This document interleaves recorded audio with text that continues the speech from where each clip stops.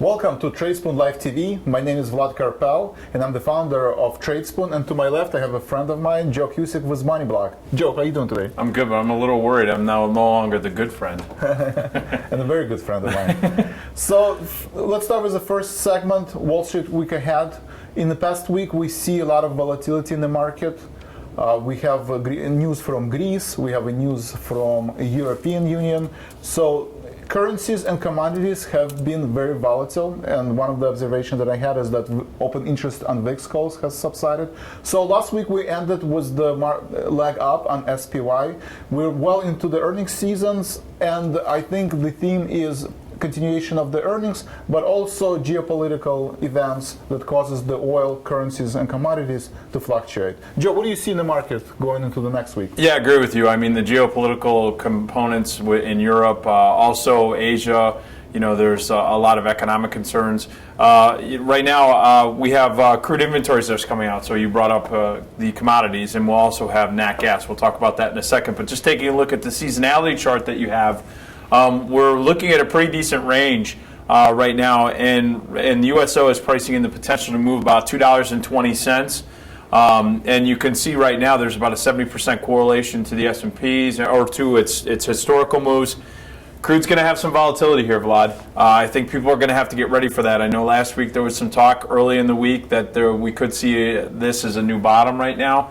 Again, I think looking at the seasonality component here and your buy-sell range, this is a pretty decent range, and right now with the 220 for the week, that's interesting. Watch the claims data, Vlad. You mentioned the S&Ps, the spiders. The spiders are pricing in the potential this week to move about $6.50. Wow. It's a huge range. Volatility has been on the move. You had mentioned that the geopolitical components, we've had earnings. We're winding down that part of the cycle. It's been mixed on earnings. We've seen a lot of large cap names coming in surprise both on the upside and the downside. So that's basically warranting a lot of the volatility that we've currently seen in the market, and I think that's going to continue for at least the foreseeable future in the short term. Watch retail sales. The consumer has been driving a lot of this. You and I have talked about this on the side, but the retail component of this and the retail participants have been really driving the domestic economy. Small caps did really well last week, and were the leaders, as you've put it in your blog.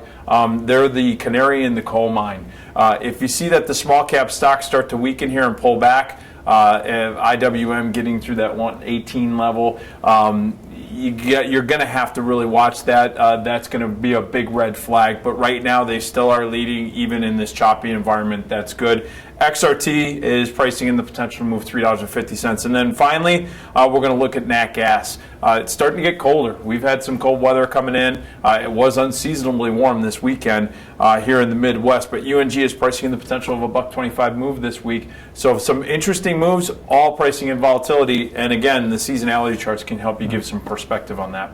Thank you, Joe. And again, to conclude our first segment, diversification is very important. Trade small, trade often. We've seen banking sector was moved to the upside last week, even though it was underperformer this year. And then we've seen utility sector sell off last week, where it was performer for the last week. So diversification is very important.